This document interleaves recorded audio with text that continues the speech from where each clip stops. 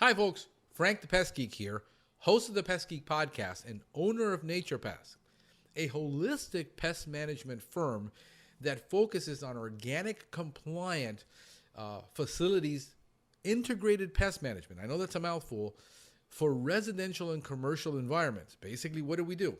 We take the same principles that are done in hospitals, hotels, laboratories, basically high-level facilities, and we bring that to the home or business. This is what we specialize in. And what we're going to be discussing is holistic pest control, the 5 most important things that people need to understand in order to get this kind of service to be effective for them. And we're going to go ahead and get into that right now.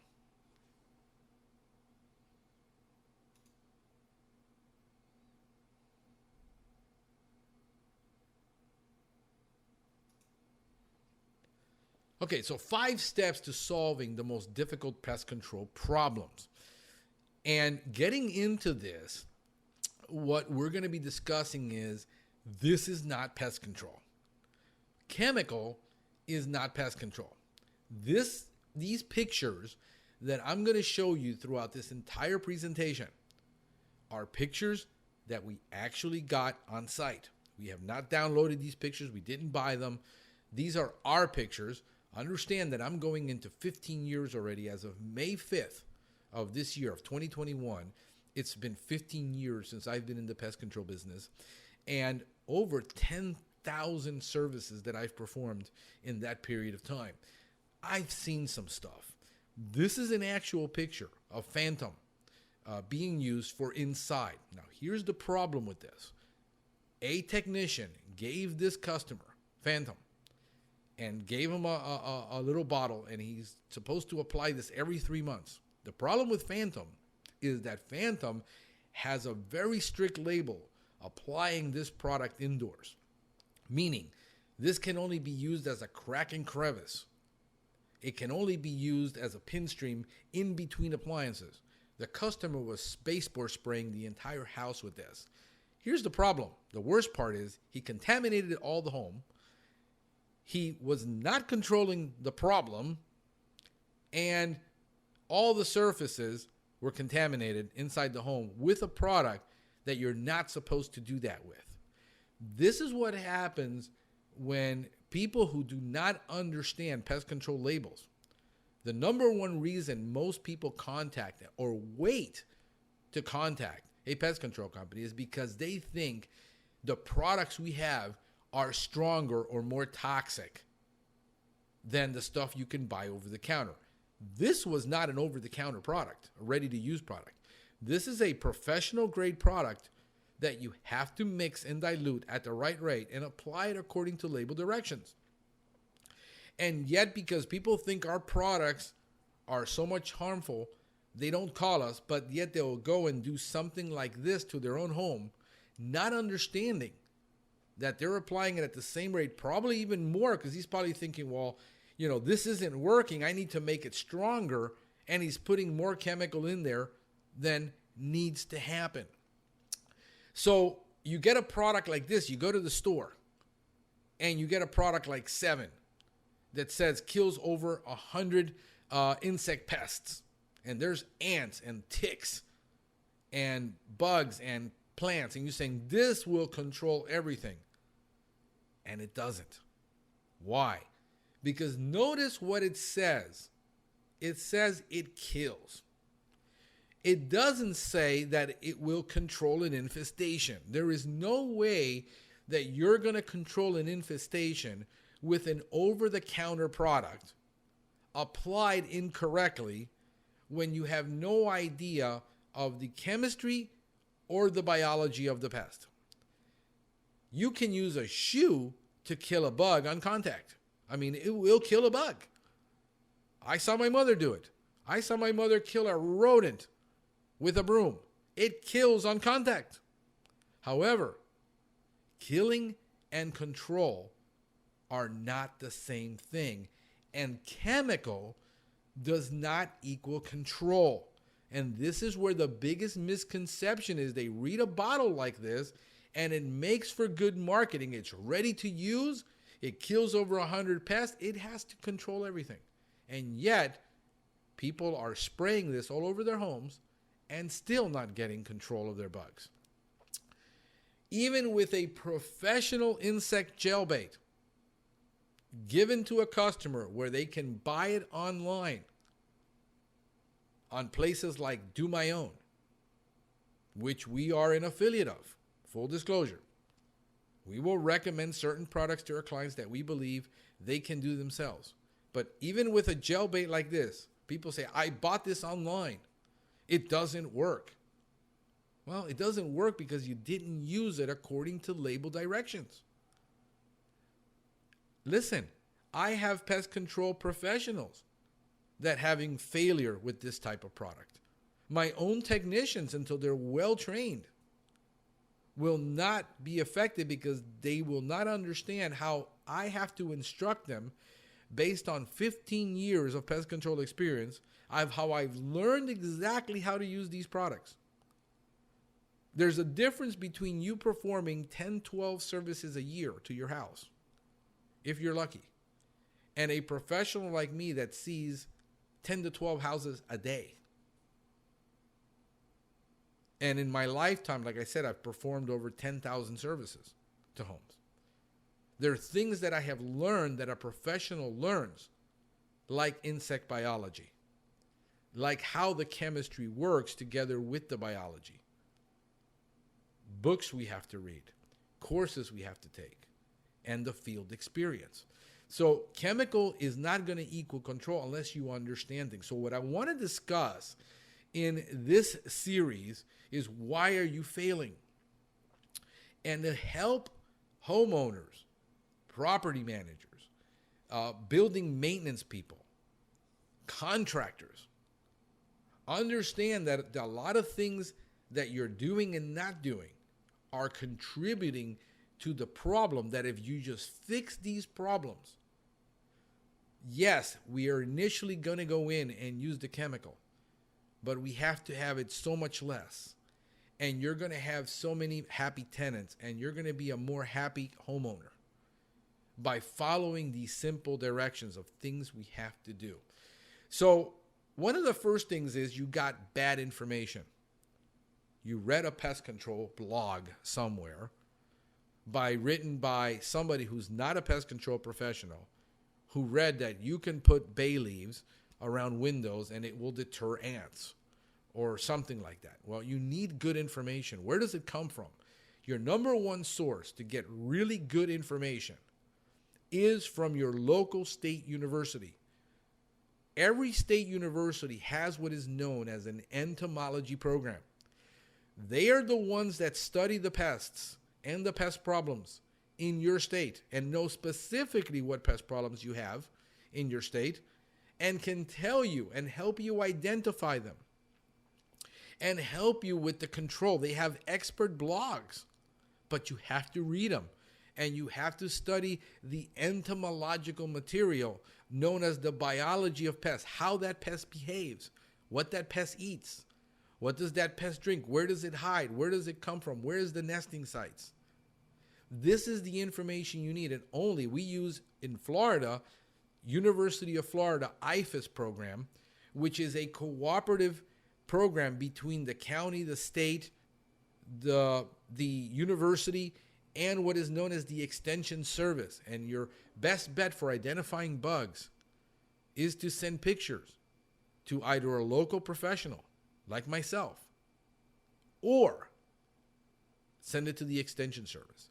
Even us as professionals sometimes can identify a certain bug that we've seen for the first time. And we have to go to either a laboratory or an entomologist and say, can you identify this for us? And know exactly what it is. Sometimes I will spend 3 to 4 hours behind a microscope studying all the body parts, counting how many nodes are in the antenna, how many hairs are on the body, where those hairs are, what the gaster looks like of that insect, to be able to get a positive ID, to then know how I'm going to treat it.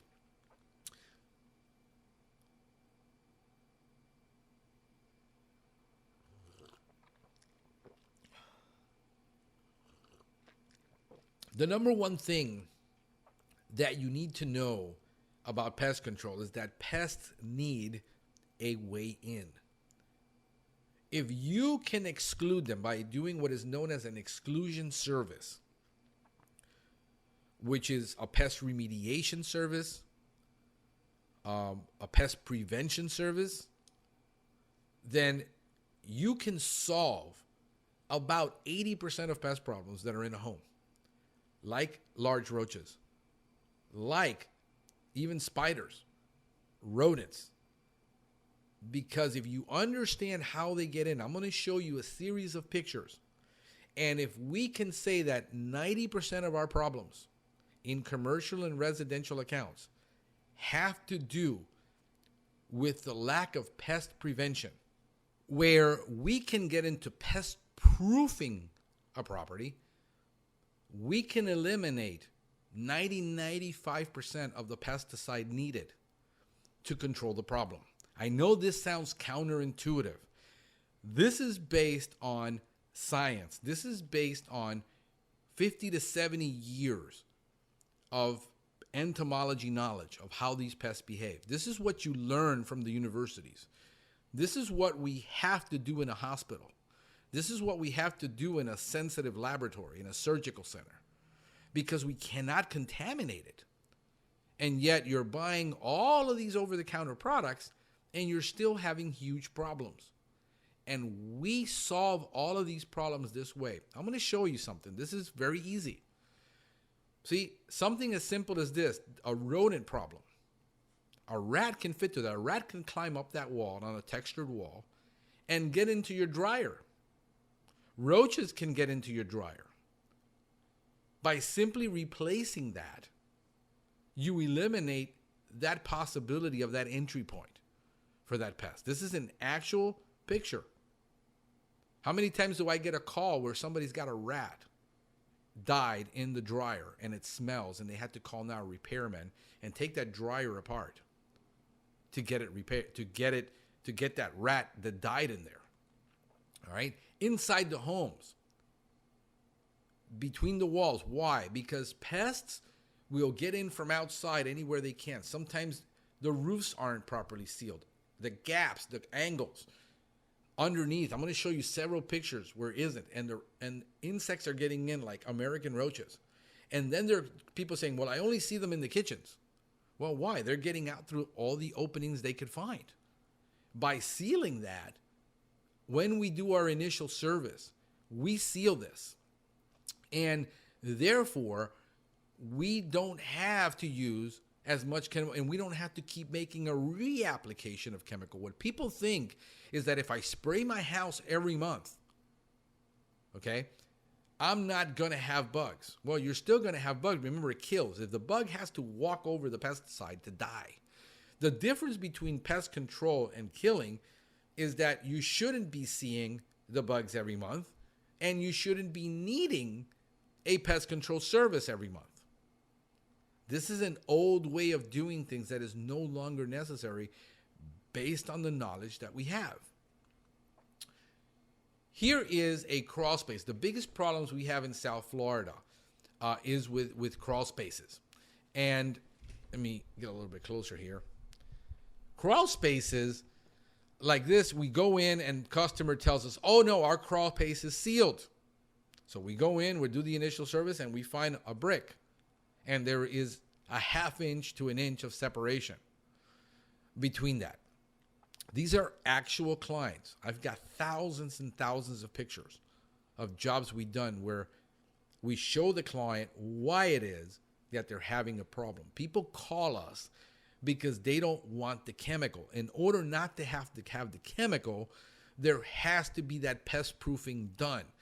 Simply bolting this back and screwing it back in and maybe drilling a couple of new holes solves the problem of them getting back into that crawl space, of a rat getting into the crawl space. Here is where the air conditioning conduit, the electrical, and the outlet for the water has been pushed through that mesh. They opened up the mesh, and now it was a nice attempt to exclude it. Unfortunately, I can fit a whole thumb through there. Well, guess what? Rats are getting through there. We were getting constant calls from the client that they were getting American roaches all the time in the house. Well, there was a couple of other openings around the property, and we sealed them, and we stopped this from happening. Here is one where the mesh had completely fallen in. They had simply tacked a little bit of cloth there on that wood, and it had fallen in. And you can get a cat in there. You can get a raccoon underneath it. These are crawl space homes. Here's one where it was completely encapsulated. They must have spent with the addition, by the way, this is a $1 million home on Miami Beach. About 1,700 square feet. They added about 500-600 square feet, and they encapsulated the entire crawl space, which brings humidity down and does the reduction in heat, and it saves on the bill, but they left all kinds of holes. You encapsulated it, but roaches were still getting in. Mind you, this is the number one call that we get are large roaches. A rat can fit through there. The contractor did the work, left the hole open.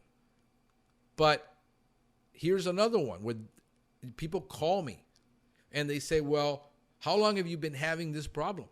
Well, for about a year now. Well, chances are that hole has been there for 8-9 years. And a little bit at a time, roaches are getting in.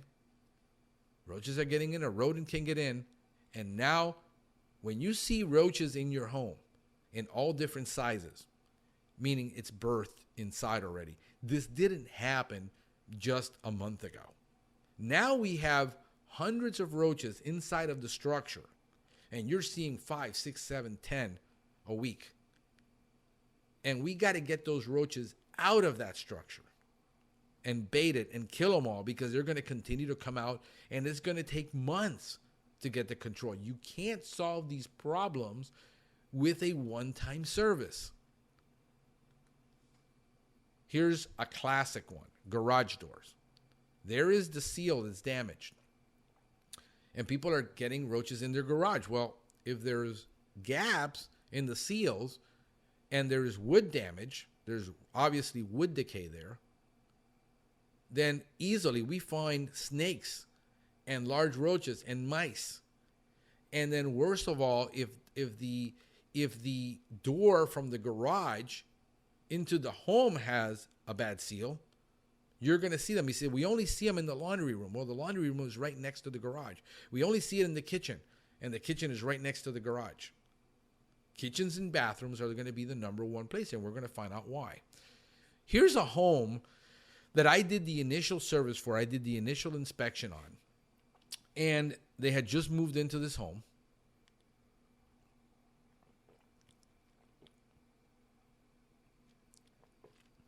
And I had looked at it. It's a steel roof. There was no gaps anywhere.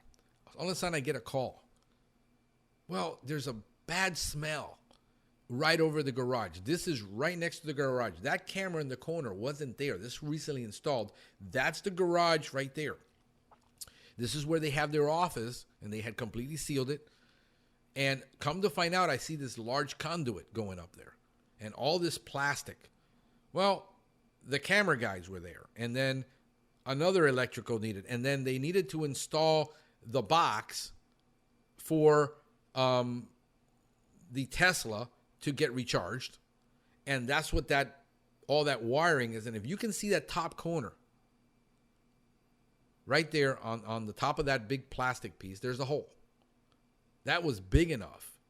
They left it open. They were doing their thing. A rat climbed up, went inside through there, and died somewhere up there, and they were smelling it. Well, can't tear it open. What did we do? We went in and excluded it. We went in and used a product called Excluder, and we stuffed it, and now a rat's not going to be able to get anymore. But the uncomfortable experience that they went through in dealing with this is what we try to save customers from, is from the awkward experience. You know, that's our number one goal. Here's a classic one that I get calls, and about 90% of all rodent problems that we have are attributed to this. This is the air conditioning conduit going up into the attic from the compressor that is outside. If you're in South Florida, this is common. What happened is they have brand new construction, or they changed out the unit and they put this flashing covering that covers all the way up into the attic, and they never sealed it with something that a rat couldn't go through. So here you are in a townhome situation where you have 5, 6, 7, 8 units. They're all exposed, and I'm getting calls that they have rats going through the attic. We get to the unit. Sure enough, it's open. We can exclude this unit, but what happens with the other 5 units, and the attics aren't sealed and rats are still going to go across? You get into an impossible situation where this now is an association problem, where the association needs to inform all the tenants they need to get this sealed. Contractors install brand new air conditioners and never exclude it. Why? Because they're not rodent experts. We get all kinds of calls where people are getting American roaches. Why? American roaches like to go up into the attic. Any opening they find up, they're going to get in there, and they love attics. And then all of a sudden, you're in the second story, and you're only getting roaches on the second floor? That makes no sense. Why? They're coming out through the attic. If you read the entomological information, you will find out that this is absolutely true. Here's one, same home that had that that encapsulated that crawl space. They installed these little plastic vents over where the other vents used to be. And I said, you're still getting roaches in the home. Let me look around. Well, I look, and those gaps are too big. The solution for this is remove that cover and install a mesh screen in the bag and reattach the cover. That's going to stop all insects from getting through there. Here is a condo in Fort Lauderdale that is a hotel condo. It's a hotel, but it has individual units and it's time shared and all this. And they had installed in the bathroom, the owner of the unit had a little combination washer dryer, which was really small, installed, and they opened up that wall to install. And he says, I'm getting all these roaches in the bathroom. They had about 6 pest control companies go there. We go in and we start probing around. We find in the kitchen, this is what we found. This is what we had to do. We had to seal it. All of that was open. And when I pulled that open, there was like 20 dead roaches in there. The problem was nobody knew that was in there because only the owner used it. He had a lock on it so that the tenants that were renting to use it didn't use it. Only he used it, and nobody knew it was there. Nobody asked, what is behind that? And I said, we need to open that to find out. He says, well, it's just a washer and dryer. Aha, a washer and dryer. There must be plumbing. There must be holes. They opened the wall to install it and never sealed it. This is the same unit in the kitchen. Having in the kitchen, this is an exhaust vent that went through the building out somewhere. And nobody had nobody had seen it behind the stove. We went and said, we're just going to buy a screen, custom cut it down, reassemble it, put it in there and caulk it, and we're going to stop. It's going to vent, so there's breathing that has to happen, but the bugs aren't going to get through. We also found there was drywall damage behind the refrigerator. We fixed that. Here she's had this unit. She's had 6 pest control companies go through there, spraying it every month, and could not get the control. It had nothing to do with spraying. We got to stop the roaches from coming in. This is the same unit. You see those little black little things? Those are Velcro strips. This is a hot tub. This is the cover for the hot tub, and all the plumbing is in there, and there's holes about that big coming through the floor, and there's dead roaches all over in there. Well, it was loose. All we did was take the little, Velcro strips, replaced them all, and got a nice tight seal. Now, she only saw 1 roach in like 3 months that we had serviced that unit. Why? We stopped all the entry points. This is what I'm talking about. When 90% of the time we go in, it has nothing to do with chemical. When other pest control companies have failed, is because they failed to exclude it. Most technicians aren't trained to do exclusion. They're trained to do chemical application. And they tell the customer, you need to fix this and you need to fix that. And the customer can't find a handyman, doesn't know how to do it, and it doesn't get done because the customer is busy. This is why we have to do it. If we want to get real control, we have to take a holistic pest control approach to the situation and handle it ourselves. Here is a home that there's nothing we can do for.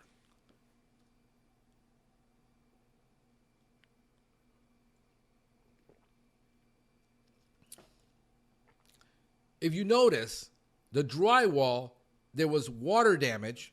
The drywall completely fell apart. And I see back there the cinder block. This requires the kitchen to be removed, all the cabinets, re-drywall that entire wall, and then put it back.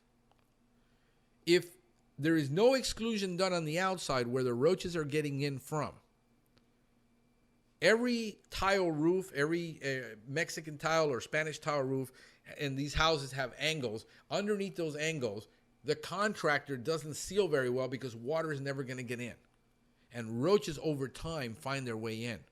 We're not talking about a month. You're talking about year over year over year of exposure, allowing them to come in and breed inside the home is where the problem is. Here is one where they were having rat problems. This is an elderly daycare facility, and you can see there's a huge hole there because there is wood decay, fungi on that wood. The wood's rotted. And look at the gaps. And they were having an issue with rats getting in. In order for us to get the control in that place, we would have to go in at night when they close, set up the traps, come back in the morning before they open, remove the traps. Why? These were elderly people that some of them had dementia. The last thing we want is for an elderly person to go into a trap, get their hand caught, or touch one of our traps, start playing with it, set it off during the day. So we're telling the owner, the easiest thing here is replace that door right now. That frame, get a contractor in here, replace that door. We were going in and we had caught 2 rats and we had put stations outside with, rodenticide bait. But that isn't a guarantee that the rat's going to go inside of a bait station when he's used to getting inside and eating. He was finding peanuts. He was finding food. They had food left out. They had fruit. And this was a nightmare to try to control. We got a call from a mall store this is a jewelry store, by the way. This is the lobby to the jewelry store. By the way, the cheapest item in there is probably $13,000.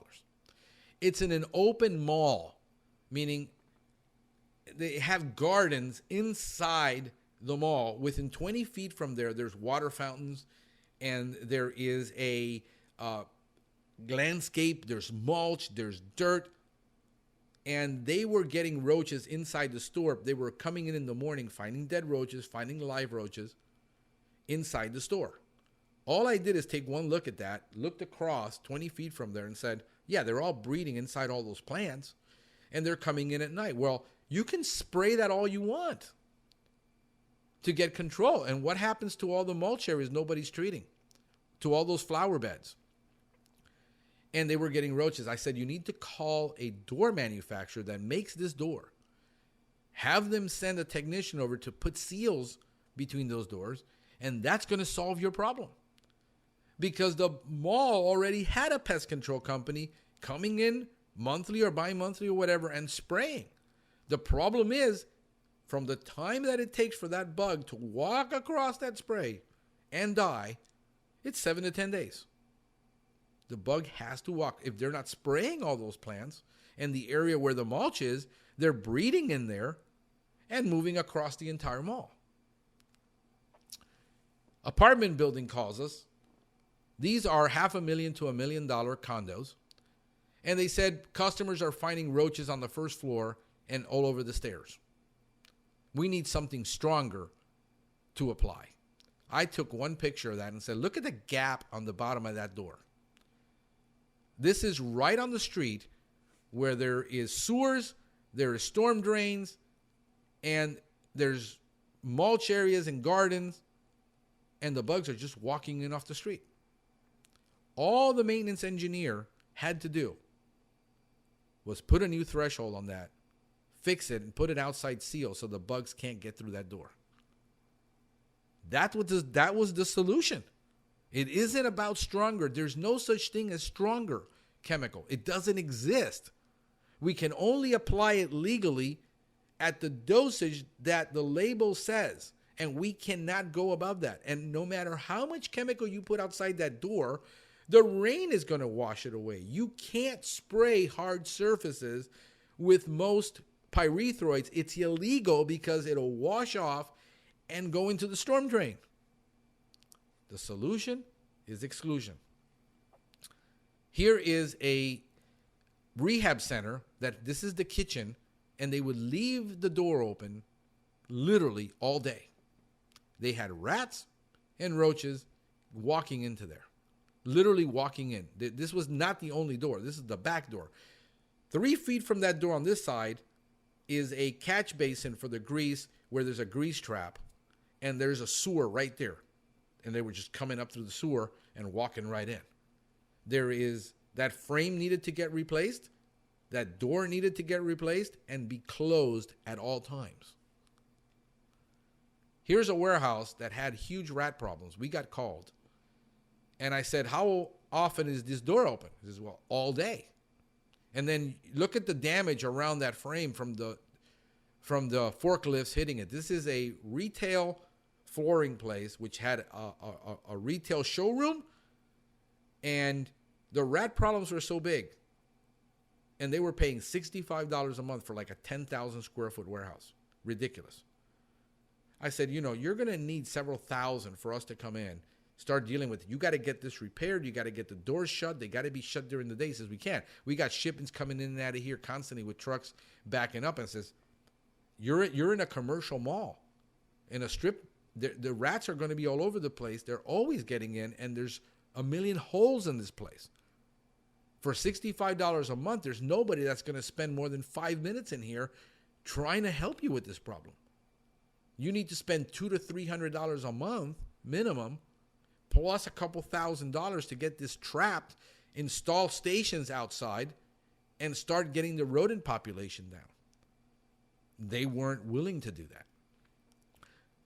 Here is a dealership. This is a Mercedes dealership. These doors are automated. When the vehicle drives up, it opens, and it immediately closes behind the technician or the customer. Look at the gap underneath that door. They had rat problems, and rats had gotten into toolboxes, cars, caused several thousands of dollars worth of damage. We had done the metal work on the side frames because there was these square gaps that the manufacturer had left so that you can run wires from the alarm system underneath. And nobody had sealed it after the alarm system was installed, and it had sensors on it. So we had to do metal work to stop the rats from coming into the side on all these doors. There's like 20 doors in this dealership. But then they needed, look at the gap. The floor wasn't level. So they needed to call in the door manufacturer and make sure that door closed all the way to the bottom and had a seal. We had 30 stations. We had a total of about 68 stations installed outside to control the rodent population. One every 30 feet around this massive, massive structure. Here's an exterior door to a restaurant. Rats were just walking right in. Roaches all the time. All we have to do is install a seal outside those doors, and the problem is solved. Here is a repair job that was done that wasn't done right. And it failed. And you can see the disrepair that this house was in, but they had rodent problems climbing up there and getting inside. If this was repaired properly, we could control the problem. But when the repairs aren't done, we can't help the client. Here's another one in another restaurant facility. complaining about roaches. And the thing is that the dumpster was less than 10 feet from there. So they were going to the dumpster. There's always flies, rodents, roach issues near dumpsters, especially in food service facilities. That just needed a threshold fix. This is why in commercial, we include all this when we do an initial service, and why you'll pay $600, $700, $800, $900 on an initial service, because we got to install fly lamps to control flies in a restaurant. We got to install rodent stations. We got to do the sealing of all these doors. We got to do the general pest control. We got to clean out the drains every single month so they don't build up. It's an enormous cost to really do it right. And when somebody says we're paying $45 a month, I said, no wonder you have all these issues. There's nobody that can spend any time here. And time is money. Customer call said they got mosquitoes. Screen. Right there. Look at the gap. The door, the window's open, and the gap on that screen. That's no screen at all. Fixing that screen is the problem. Rats getting up, roaches getting up, climbing up the pipes. Here's another one. Look at that black mark that you see. Those are known as rub marks from rodents. Rodents have been getting into this place for years. We looked into the attic, and there was rodent poop everywhere in that attic. We had to do metal work there to fix that. That's actually the line, the wire you see is the wire coming off of the pole. They were climbing across the wire, walking across, and just whoop, walking right up into the attic. And that was about $1,200 worth of repair work that we had to do to custom cut all that aluminum, because we could not remove that pipe. We had to custom cut sheet metal work to fix all that, and plus a bunch of openings around the entire structure. You can see the wood had been replaced and never painted. So when things are in disrepair, chemical, what was their solution? Throw rodenticide in the attic. Every pest control guy would come and just throw rodenticide in the attic, and rats would die, except they would keep coming in. If we just solve that once and for all, and we're talking about 6, 7, 8, she told me it was like 10 years they've been dealing with the rat problem. And nobody ever said, let's seal that. Let's repair that. All right, so things you need to know. Well, bugs, rodents, everyone needs to eat and drink. And let's say rodent stations, improperly placed to begin with, are never going to help you if there's openings in a building. You got to get the rat to go into that box. And how do you get a rat to go into that box? That's very hard. You got to put bait in there. And if there's competing food, if you got a home that the owners or the next door people are leaving dog food out, and they're feeding on dog food, well, they're never going to go inside that box to eat an artificial bait that you put in there. So this isn't a magic bullet. People say, I want rodent stations around the property. Rodent stations help. But if there's openings or if there's competition for food, it's not going to happen. You throw in a badly maintained station. We actually got called. We were doing the lawn and gardens for them, and they asked us to look at their rodent stations and finding out why there's dead squirrels everywhere. We go in and we find the rodenticide is being just thrown in there. The technician was not cleaning out the box. They just got old moldy bait in there. Rodents are not going to eat that. Second of all, if it gets taken out and a dog finds it or eats it, then what? This is why we got so many laws and so many problems with people not understanding that you can't do stuff like this. Well, no amount of rodenticide boxes is going to help you if this is your common condition.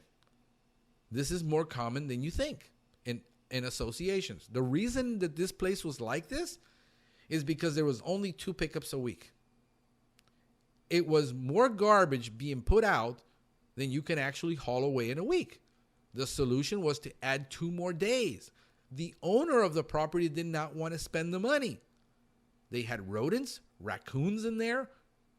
We would go in, and we've actually cleaned it out several times and put it all in there. By the time we picked it all up, that dumpster was full again, and they just had picked it up.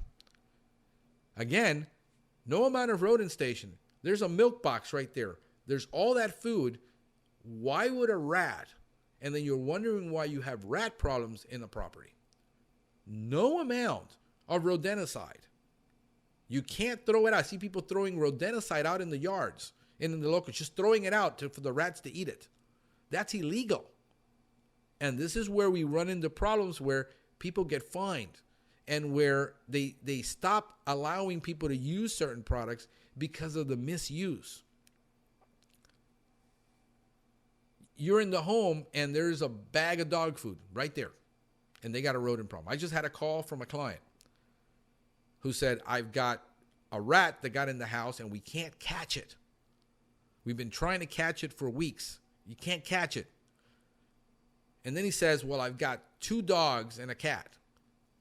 And I said, okay, let me ask you this. Are you leaving food out for the dog to feed at night? Because you're leaving water and food out all day long for this dog. Yes. And I said, well, that's why you're not catching the rat. The rodent knows he can go every single day to that one spot and eat with no problems. What do? I said, very simply, you take the food away from the dog and you only feed the dog when the dog is mealtime. You don't leave it. Are you leaving it overnight? Yes. You're leaving the water overnight? Yes. Well, he's got food and water. You're never going to catch him. So I told him to do this. He says, well, I got to talk to my wife and see how she feels about that. And I said, well, until you do that, understand you're not going to catch this rat. He's not going to go and eat the food that he's already used to eating, eat something else on that trap. You take away the food and you put the same dog food in the trap and watch how you catch him very quickly. Let me see what I'm going to do. I got to convince my wife. And this is common, people leaving food out for the dog, thinking the dog needs to eat all night. The dog can eat 2 meals a day. You feel guilty that you leave the dog alone all day long and the dog can't feed himself. You can feed him in the morning. You can feed him in the afternoon when you get there. And you take the food away and you don't put him on a all-night buffet. And you solve the roach problem. This also happens when we have German roach issues, when we have American roach issues. We can't seem to get the control, and we're asking the client, are you leaving food out for the dog? And they're telling us no. And then we come in and find the bowl full of food one evening when they called us out. People do things on emotions that make no sense.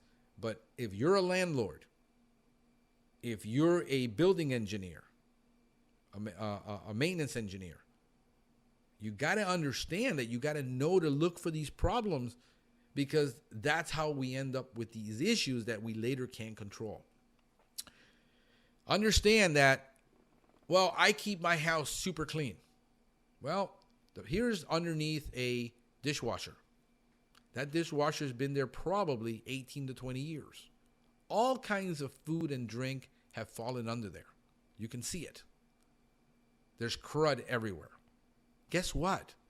It can be cleaned. You cleaned all around. I couldn't find any dirt anywhere, but underneath there, if a roach makes it in, he's going to have all the food he needs. If ants make it in, people say, I've got sugar ants. I said, no, you don't have sugar ants, because most of the ants that invade homes are omnivorous. They eat proteins, they eat carbohydrates, they eat oils, and they eat sugars. And if you have grains of rice, and if you have anything that fell under there, when we're trying to control a problem, it's not impossible, it makes it more difficult. The longer time I have to be there, the more trips I have to make, the more I have to charge you. And understand that there's going to be food. Here is an example of a grease and oil in the bottom of a stove top. That's enough to feed roaches. They'll feed on anything. So if we're getting control and we're using baits, which are more effective, understand that it's competing with the existing food. There is a dumpster, and there you see the rodent station way in the back. And there is all kinds of food on the floor. Chances are that station can't be maintained. when the technician comes in, he has to move that dumpster. You got all this food on the floor. There's crud everywhere. Let's look at this one. That needs to be pressure washed. Listen, dumpster rooms need to be pressure washed at least once a month. The garbage chutes need to be treated every month for flies and crud that gets stuck of all the food and all the liquids on the way down to remove fly problems. If this hasn't been cleaned probably in years, hasn't been pressure washed. So hygiene is important to remove the food particles that they're going to have access to. And if you start washing this, you find out you have less rodents, less roaches, less flies. Chemical is not the solution to this. You will never control any of these problems with chemical alone. It is impossible. You leave the dishes overnight. And now roaches and everything have all this natural food to eat, and we're trying to do a roach service. And you have to clean everything every day. Leave it spotless. Don't give them food to eat that competes with baits, because most people don't understand that baits are food-grade pesticides. They have foods in them to attract the roaches, to attract the ants, to attract the rodent. And if the rodent can find this in the kitchen, he's going to prefer that any day. Here's a rooftop, second story, in a building. They're complaining they got mosquitoes inside and roaches coming into that second floor. Well, I'm looking out this window and I see this puddle of water, and there's all that organic matter growing green. Well, they need to talk to a roofer and get this straightened out, because there was no screen on those louvers to help the air come in and out of that building, and all the mosquitoes and flies were coming in through there. Had nothing to do with pest. What am I going to do? Spray the entire rooftop every single week? These are problems that we can't control. They got mosquitoes all over the place, and going, where are the mosquitoes coming from? They're breeding up there. I don't know why I got roaches in my bathroom. If you look at this, if you understand American cockroaches will eat absolutely anything. What is there to eat in that toilet? Well, there's fecal matter, and they love fecal matter. This is why they're in sewers. Underneath that rim, even if you clean it, they're going to find that little bit of fecal matter that's left, and they're going to eat it. They got food, and they have water. So being clean and being pest control clean are two different things. If we can exclude the pest, if the pest makes it in, the point is this: they're going to find food and water no matter where they are, because they're adapted to finding the smallest amount of food and water. So even if you're meticulously clean and a roach makes it in there, they will have enough food.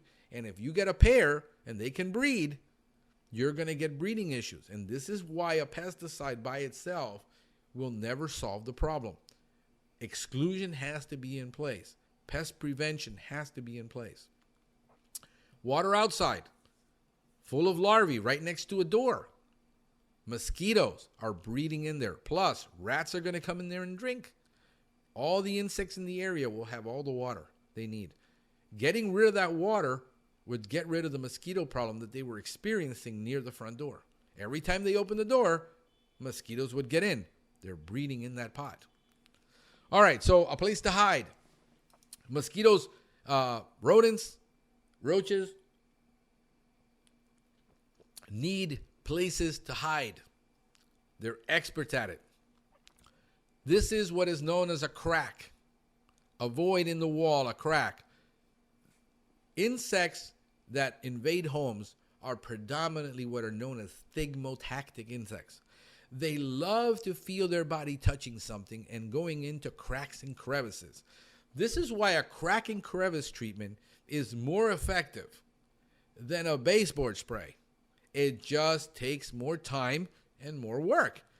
But if you caulk that and you seal it, the insect can't get behind there. If not, every single month, you got to come in with your crack and crevice device and go through those cracks and crevices, treating them again. Because if a pest makes it in, that's where they're going to want to go. Here's underneath the kitchen. They just remodeled this kitchen. Spend about $30,000 remodeling the kitchen. The contractor left holes behind the wall. Left all those cracks. And they're saying, I'm finding roaches in the kitchen. I'm finding roaches. We don't know where they're coming from. Well, they're coming from behind the wall. It's not sealed. The solution there is going under there with a foam sealant and an extension and reaching all the way back there and sealing all that so that the roaches don't find their way in. Because remember, they're finding their way in from outside that structure somewhere. And they're going into dark places, humid places, warm places to hide. If you remove the condition, putting all that bait back there was never, ever, ever going to solve all that problem. Look at that piece of dry wood that's cut out, that's missing. Roaches are coming in. We found live and dead American roaches under there. German roaches, biggest mistake pest control people make is they don't go all the way to the back of that cabinet. They don't stick their body in there. Some of them get lazy. You see, they only come in and they spray the baseboards. And then they'll put a little bit of gel bait here and there. Never, ever, ever going back to where the roaches are. If you get all that gel bait and you buy a tube of gel bait online and you buy it at domyown.com and you only apply it to the open areas that you're seeing them outside, but you're not getting behind where they're hiding, you're going to fail every time. It doesn't matter how good anyone claims the product is. Without the right application of that product, it's never going to happen. Where do they like to be? In warm places, dark places. Look, they've been trying to control that roach problem. There are the roach discs, the little roach motels, the Max Force bait stations. And yet, full of roaches. We had to pull that. Look at all the cracks around that tile, places where they can hide. They got the motor of the refrigerator, the compressor back there, which is warm. It has condensation. There's water. They can live back there and hide. And this is why everybody fails. They don't move that refrigerator. They just simply spray around it. Well, that's not going to work. Look at how many dead roaches there are back there after we've treated. All right, so now we're going to get into identification.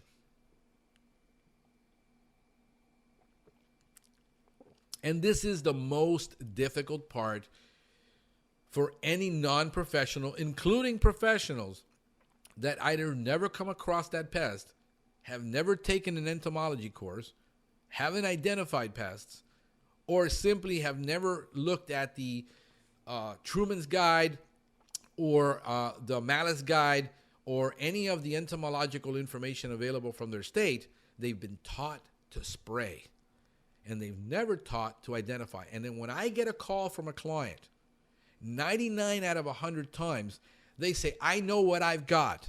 I Googled it. And 99.9% of the time I'll go there and they're completely wrong. Because they do not understand how to do pest identification, because it is very difficult.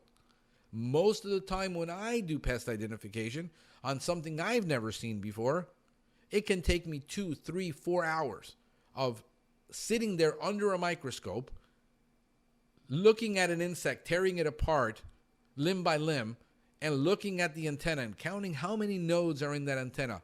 The design of those nodes. Is it a club? Doesn't it not have a club?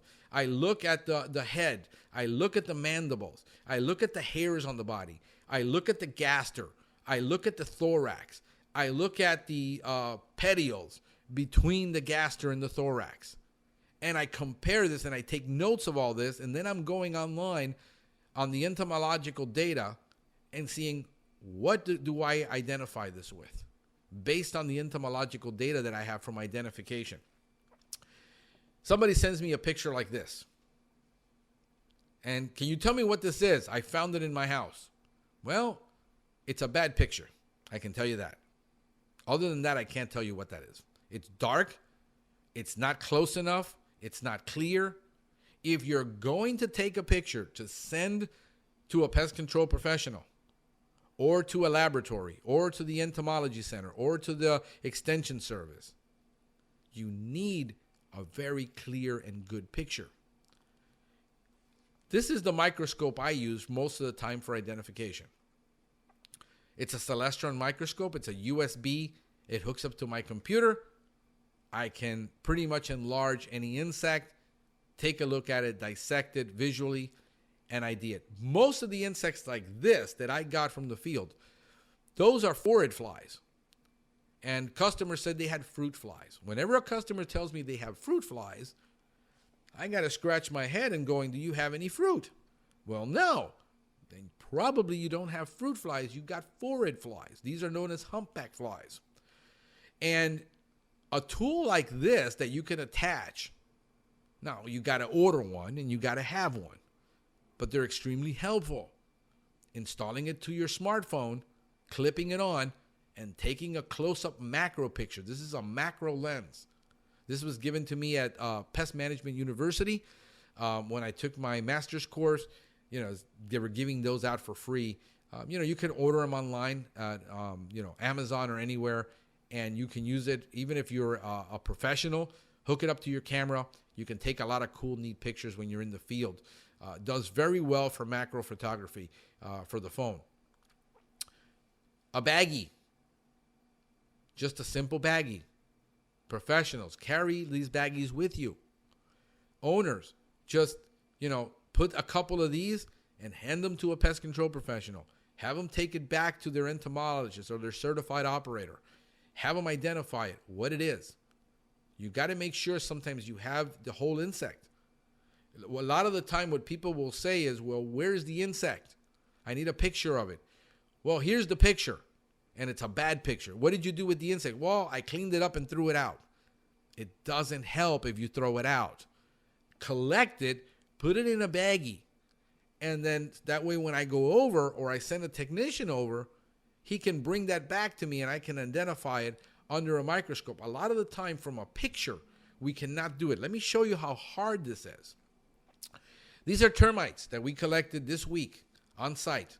And this is a little vial that I carry with alcohol, rubbing alcohol.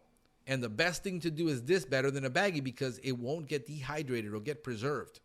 Okay? When you put it in a baggie and it gets dehydrated and it spends all day in the truck, it could dehydrate and it could shrivel. And sometimes it's very difficult to tell what the insect is because it shriveled up.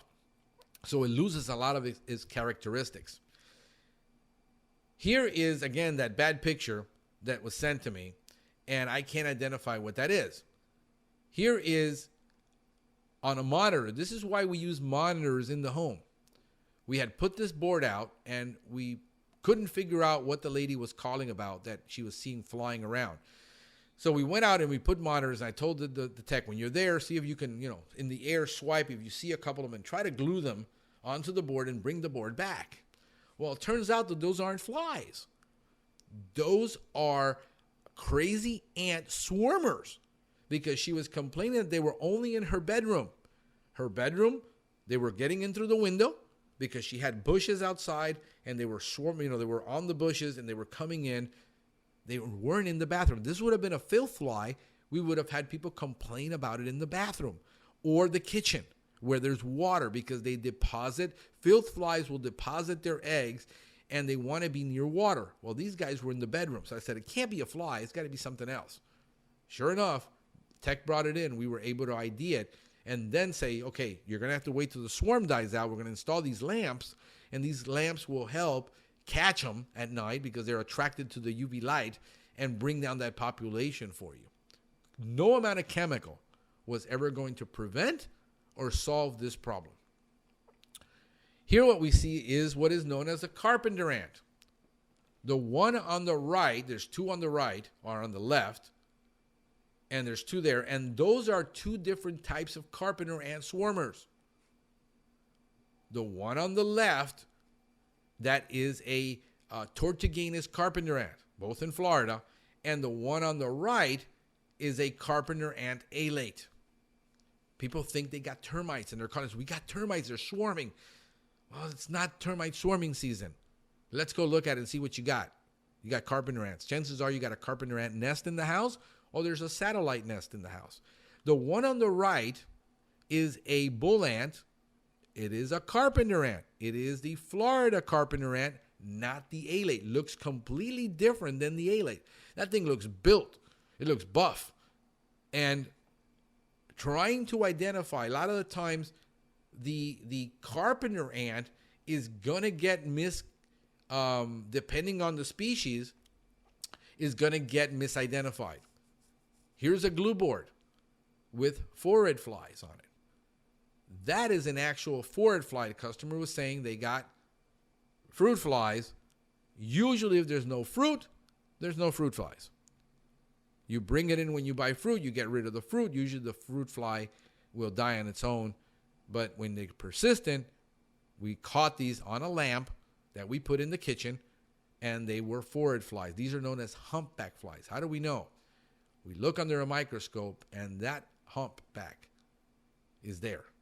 That's a humpback fly. Here is another insect that the customer thought, and the technician thought, they had a flying ant. Well, it turns out that is a parasitic wasp, which was very rare. The reason that one was there is because that property, that apartment, was about less than a mile from the world-famous Hialeah racetrack, where they have horses.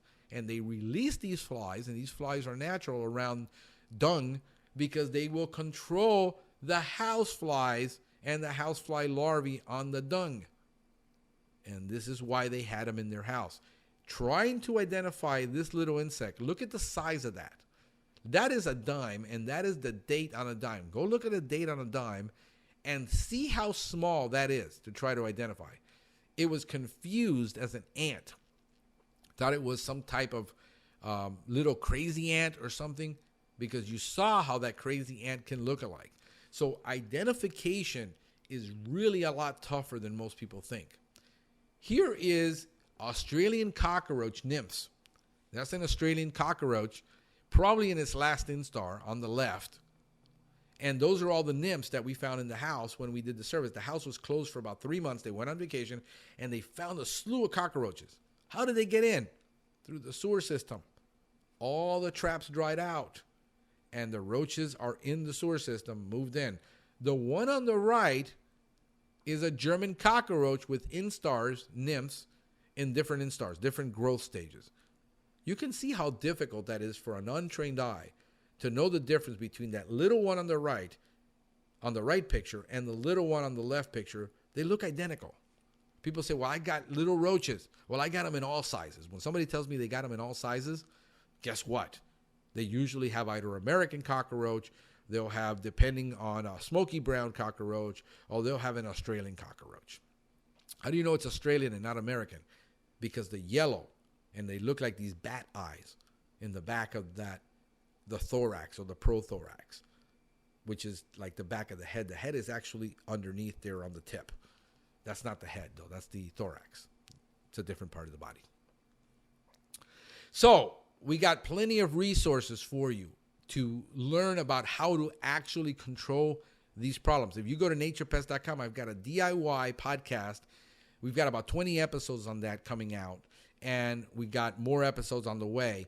And we also have a DIY blog that shows you how to actually solve specific problems. Here we can't get, why didn't you recommend any chemicals?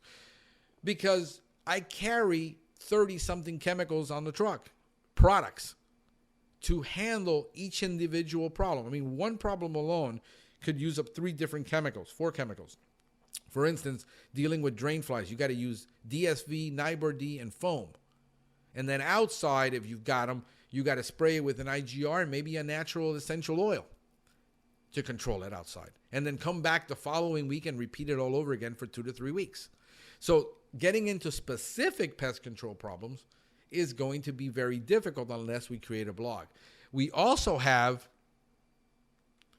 the Pest Geek podcast, which this is an industry podcast for growing and operating a pest control business. This is not for the residents, although I have many, many technical and tactical podcasts, which we get into depth, real depth, on solving difficult problems and solving routine issues that people miss on how to solve it. So if you got the patience and you want to dig through there and you want to get if you're a building manager that says, man, I really got to know this stuff because I'm dealing with so many issues here and the pest control company isn't solving it and I need to know why.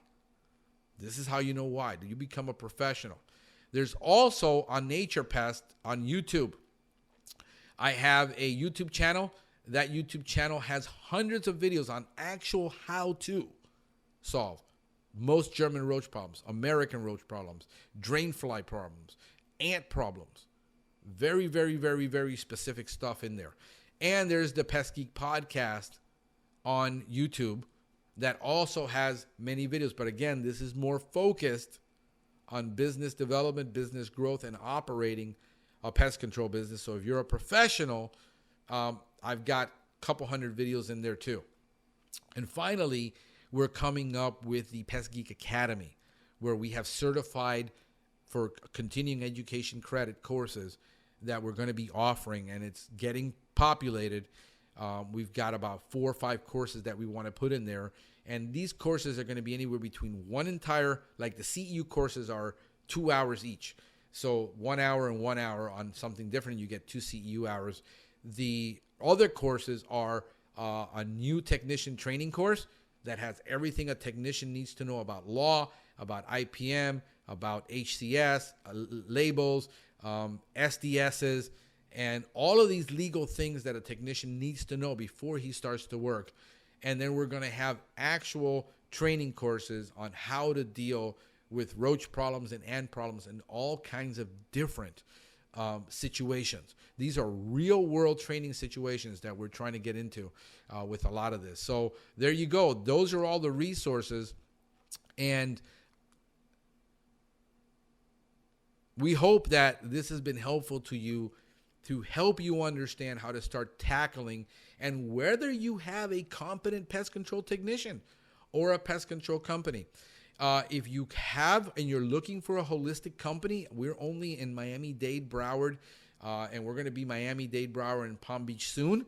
So mostly South Florida. We're planning to go into Naples and the Keys, but we're only dealing with South Florida. If you need a technician, a good IPM company that does holistic pest management, that does eco-friendly pest control, hey, feel free to drop us a message on Messenger. Is the best way through Facebook, either on Pest Geek podcast or on Nature Pest, because I get those messages no matter what system I'm on. I'm on 5 different phones sometimes. I'm on the computer. I'm on the road. I can always get a message there. You can, trying to call us is going to be very difficult because we get so many calls, and trying to call everybody back that needs help. But Messenger is the best way. If you're needing, also, if you go on you follow me, Franklin Hernandez, look up Franklin Hernandez Pest Control. Hey, I got hundreds of professionals, thousands. I mean, we got about 3,000 professionals that follow me on there. You feel free to drop a question in there and say, hey, I got this problem. I got this insect. Can somebody help me with this? We'd be more than glad to put all of our network at your disposal to help you and help pest control companies that maybe you can't solve the problem. Maybe you need a professional. We can get you a competent person on there that can help you. Hey, I hope this is beneficial. It's been helpful. This is Frank the Pest Geek wishing you a pestacular day.